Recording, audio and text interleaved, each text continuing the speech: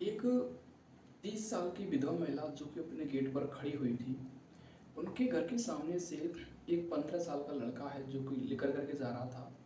जब भी वो विधवा महिला उस लड़के को अंदर बुलाती है और उसे दूध पिलाती है।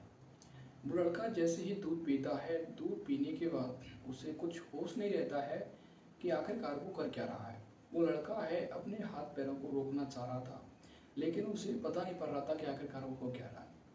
जो 30 साल की विधवा महिला होती है, वह उसे अपने बेडरूम में ले जाती है और वहाँ ले जाकर के उसे एक दूध का गिलास दे देती है। लड़का उसे पी लेता है। उसके बाद उसे कुछ नहीं रहता है कि आखिरकार उसे क्या कर रहा है। उसके बाद वो विधवा महिला होती है, अपने कपड़ों को खोलती है और उसके बाद उस लड़के के साथ नाजायज गंदा काम करती है। गंदा काम करने के बाद उस लड़के को वह छोड़ देती है। वह लड़का रोजाना विद्यालय के लिए जाता था। उस लड़के के घर वालों को जब पता चलता है, जब वो विधवा महिला है जो कि प्रेग्नेंट हो चुकी होती है, गर्भवती हो चुकी है।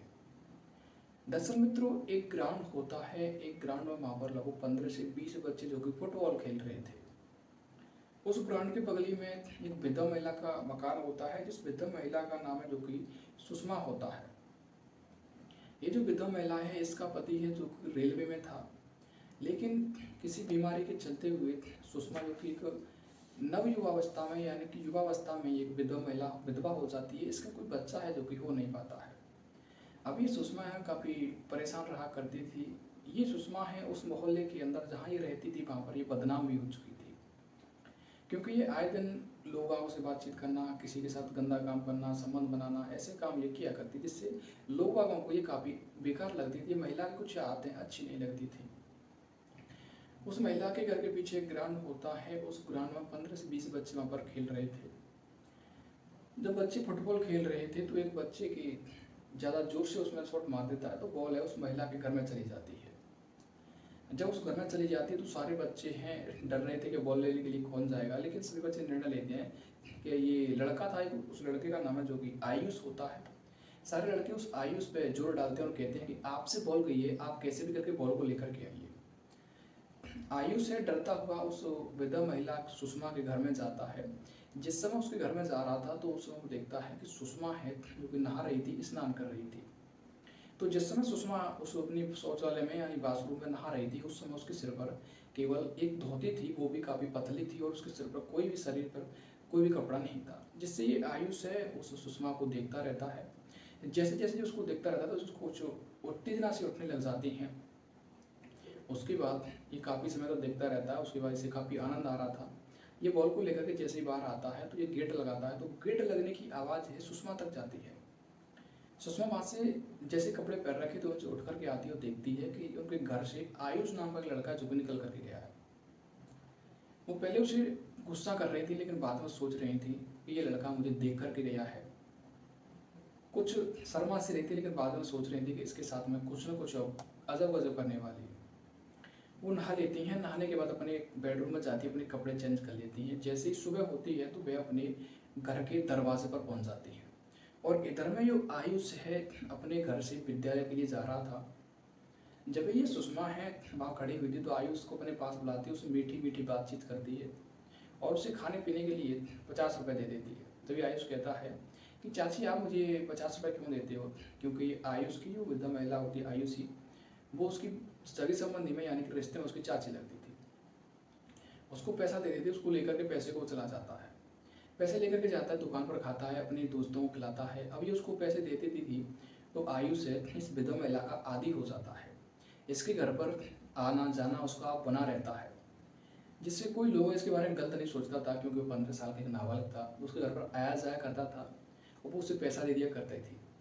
धीरे धीरे से जब इस विधवा महिला और आयुष की जब नज़दीकियाँ बढ़ जाती हैं, इनमें प्रेम बढ़ने लग जाता है, तो उसके बाद आयुष भी सोच रहा था, क्योंकि ये उम्र ऐसी होती है कि वो किसी महिला के साथ संबंध बनाए, उसके साथ गंदा काम करे। जब भी एक दिन जब आयुष को अपने घर बुलाती है, आयुष जैसे भी घर आता है तो वृद्ध महिला होती है, उसकी बोतल में बढ़ा हुआ एक दूध का गिलास होता है। उस दूध के गिलास को आयुष को दे देती है। आयुष जैसे ही उस दूध के गिलास को पीता है, उस दूध के गिलास को पीने के बाद उसे कुछ होश नहीं रहता है कि वो किस महिला के साथ क्या कर रहा है। उसके बाद जब वो आधा घंटा हो जाता है, आधे घंटे के बाद उसको आयुष को अपने शरीर में झंझनाहट सी पैदा होने लग जाती है, उसको उत्तेजना से होने लग जाती है। और उसके बाद जो वृद्धा महिला होती है वह अपने बेडरूम में पहुंच जाती है।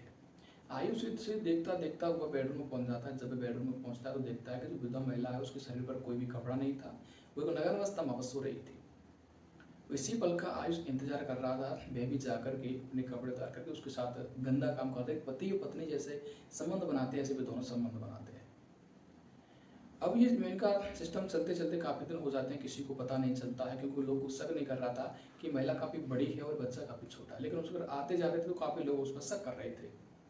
धीरे धीरे से ये आयुष है जो कि कमज़ोर होता हुआ जा रहा, पतला होता हुआ जा रहा था।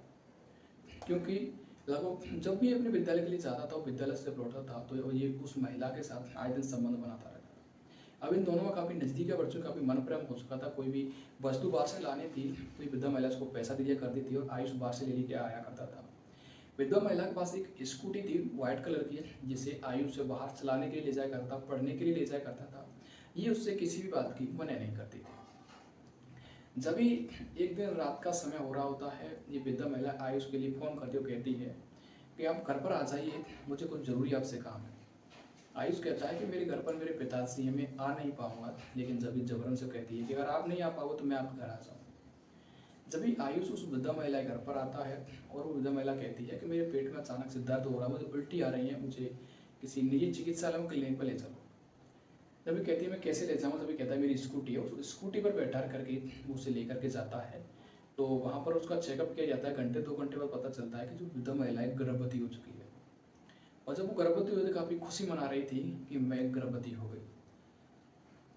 और आयुष से कहती है कि आप एक पिता बन चुके हो। आयुष ये बात सुनता डर जाता है कि महिला क्या कह रही है।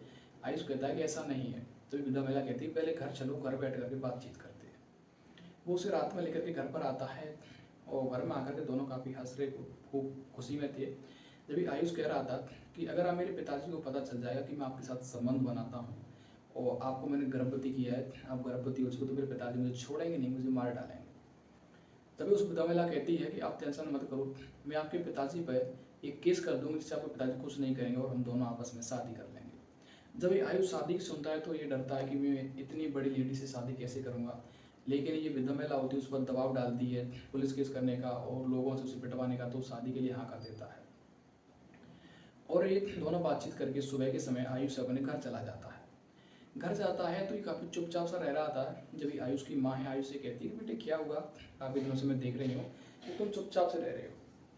तभी आयुष से बिना झिझके और डरे हुए अपनी माँ से कहता है कि माँ जी, हमारे पड़ोस में एक वृद्ध महिला जिसका नाम सुषमा है, मैं उसके संपर्क में लगभग 2 साल से हूँ। मैं आज दिन उसके साथ संबंध बनाता रहता था। वो गर्भवती हो गई और मेरे से शादी करने के लिए कह रही है। जब ये बात तो सुसु जो ये आयुष होता है, आयुष की माता जी सुनती हैं तो काफ़ी गुस्सा होती है कि बेटे तुमने ये क्या कर डाला। जब तक मैं अपने पति से कहने वाली थी उसकी माँ, जब तक उस वृद्धा महिला सुषमा का आयुष के पिताजी पर फ़ोन आता और उससे कहती है कि मैं आपके बच्चे से शादी करना चाहती हूँ। झट से वो फ़ोन काट देते हैं जब वो कहती है। तो दोबारा फ़ोन लगाए तो कहती है मैं आपके बेटे से शादी करने वाली हूँ, आपके बेटे ने मुझे गर्भवती किया है। या तो आप अपने बेटे से मुझे गर्भवती, या तो मैं आप अपने बेटे से मुझे शादी करवा दो, ना तो आप मैं पुलिस केस कर दूँगी।